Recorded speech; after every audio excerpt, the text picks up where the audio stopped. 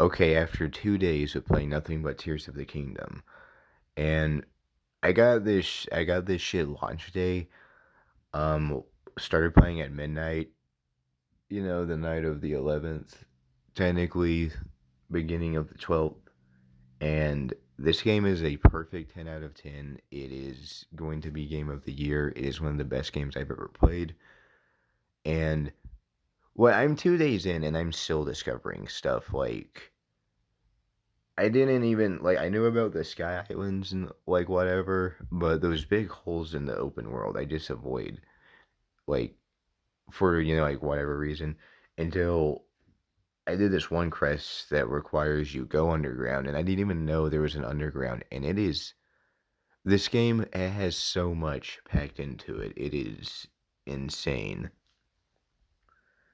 Like the amount of fun I'm still having like it's new and fresh just 2 days later is I have not felt that in a while. Like Elden Ring, I got after a couple of days of playing Elden Ring, or so like even just like after the first day, I kind of got the whole like game in my head. Like I hadn't explored everything, I hadn't seen everything, but I'm like I know what to expect. But like Tears of the Kingdom, it has subverted my expectations. Like I was having high hopes for this game already, and it's completely blown me away, and still is. Like the amount of shit you can do is just like this is if Breath of the Wild was Nintendo's most ambitious game, this is now their most ambitious game. Like I don't know how they're gonna top this. I mean they're gonna find some way to, but this game is just insane. Like, I don't know what else to say. Like, it is just everything you think you can do in this game, you can do, but more. Like, just look. Okay, that's the starting dungeon, but just look at this gameplay. Like, shit like that. You can, with anything that is movable in the open world, you can do shit like that with it. You know? That's just like, let your imagination run wild. And, like, I don't know. Like, both games share a lot of similarities. Like, both games you start on a somewhat open small space of the game world that you can like familiarize yourself with like the gameplay mechanics and stuff, but like I don't know, like I spent way more hours on like this massive sky island than I ever did in the Great Plateau in Breath of the Wild. But like that's cuz like I wanted to do all the extra stuff. Like any Korok I found I was like, let's just go ahead and get them. And, the Koroks are back, and I don't even that's not even a big complaint. That's, like, one of the things that make Breath of the Wild so fun, like, just keep your eyes peeled, you can find these fuckers everywhere, and that, philosophy stays pretty much the same in this game, but now you can find, like, Koroks with backpacks that you can stick on the things, and you have to guide them to another Korok, and for those you get like, 2 Korok seeds. Now, I do not know how many Korok seeds there are. I don't even know how many shrines there are. Like, for as far as this game goes, I am not going to. Well, I'm staying off the internet. Like any videos related to it, I'm like, nope, nope, nah, can't look. I don't want to. I want to keep my like first experience of this as like spoiler free or whatever as possible. And there aren't really any major spoilers in this video. Like, I don't have any like cutscenes recorded or anything. I have like, I guess like as for like the areas you can go, because I didn't even know there was an underground like until I discovered it myself. So if you consider that a spoiler, sorry, but you know, like that's how it can go, bro. And like the amount, like with the freaking like fuse ability, you can like you you can fuse anything to any weapon. Like you can fuse a stick to another stick and make it so long that you can hit the enemies and they can't even reach you. Like the amount of imagination input into this is like I don't know. It's still very Zelda. Like it's still like a Zelda game, you know? It didn't lose its identity. Like I kind of think that like these two new Zelda games, they're more like Skyrim Zelda. I don't know, like something about them doesn't seem very Zelda-ish, but this game like there's like there's actual puzzles. Like there was more like there was puzzles in Breath of the Wild, but like these like encourage you to just like completely abuse the physics system, which is it's just so insane. Like this, like the amount of things you can do. Like there's certain shrine quest, and the shrines are back. There's certain shrine quests that require you put like rockets on a platform to like fly back up to the island where the shrine is and stuff. Like and it's not even that doesn't even end there. Like you could fly across the map in one of those gliding birds, like if you wanted to.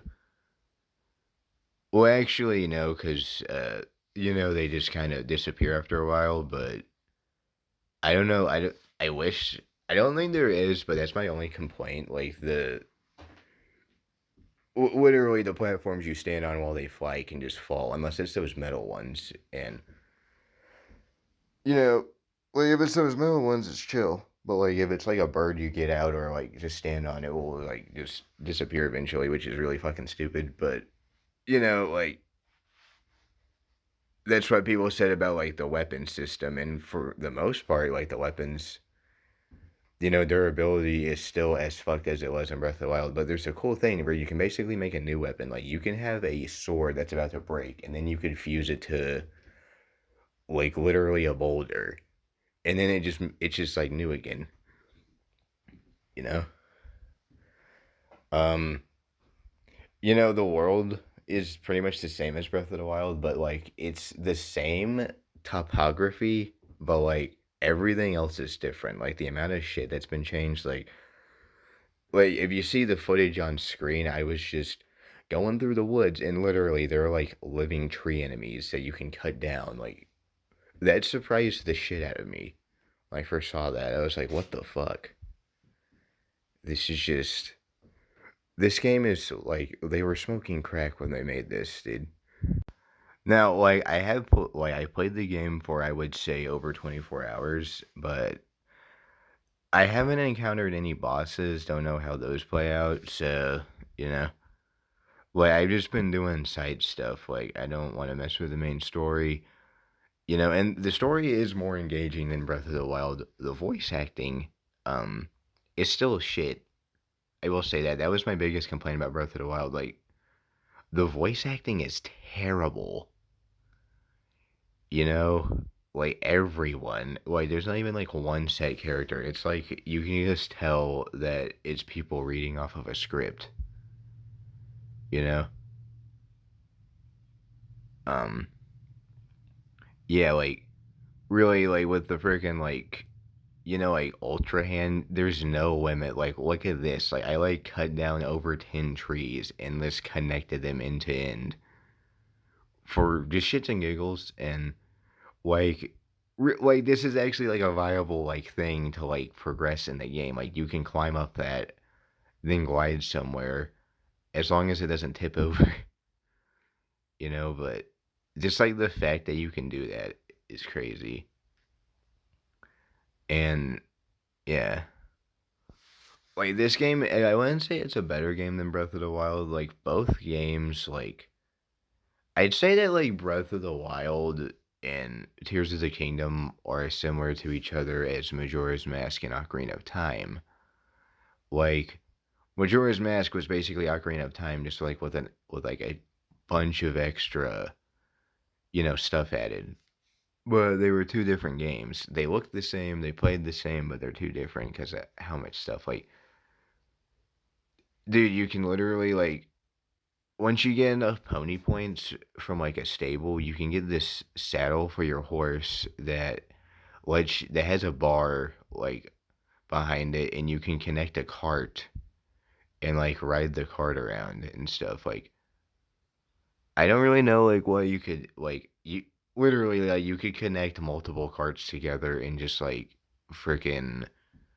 do whatever. Like I don't know if there's anything specific like other than like these like fairy quests that you can do it with, but yeah, just the fact that you can do that is just like crazy. One little disappointing like kind of critique I have of the game is the sky islands are very limited. Like I think I've seen all of them. I don't think I've been to all of them, but I've seen all of them. Like, and I've already like, I still haven't. I barely explored any of the caves in like the overworld, but like the underworld, like I just discovered that shit. Like I didn't even know that it existed. And it's massive. It's cavernous. It's like Blackreach and Skyrim on crack. And I don't know. This game is. If this game is not the Switch's swan song, I don't know what is. Because I can't. Like, it has pushed the Switch the farthest it can go. I'm pretty sure. Because, well, one, every time I play it for a while, and like, like it's been fired up for a good bit, the Switch gets so hot. Like, I can hear the fan, like, while I'm playing. And, like, this game is a system pusher. Like, in conclusion, I give this game a solid 11 out of 10. Like, the amount of exploration and the fresh new stuff I'm still finding. Like, look at this clip. The dragons travel underground, and there's one coming out of a hole coming from the underworld, and I'm skydiving, and I can grab that freaking star fragment and catch up to it. Like, yeah, this is the funnest game that you can play right now. Pick it up, buy it. This game is worth buying a Switch for. Like, if you've never got a Switch, it is worth buying. Like the aging Switch now, because it is that fun. Like and subscribe. I'm probably gonna post more content of Tears of the Kingdom. Uh, have a good day.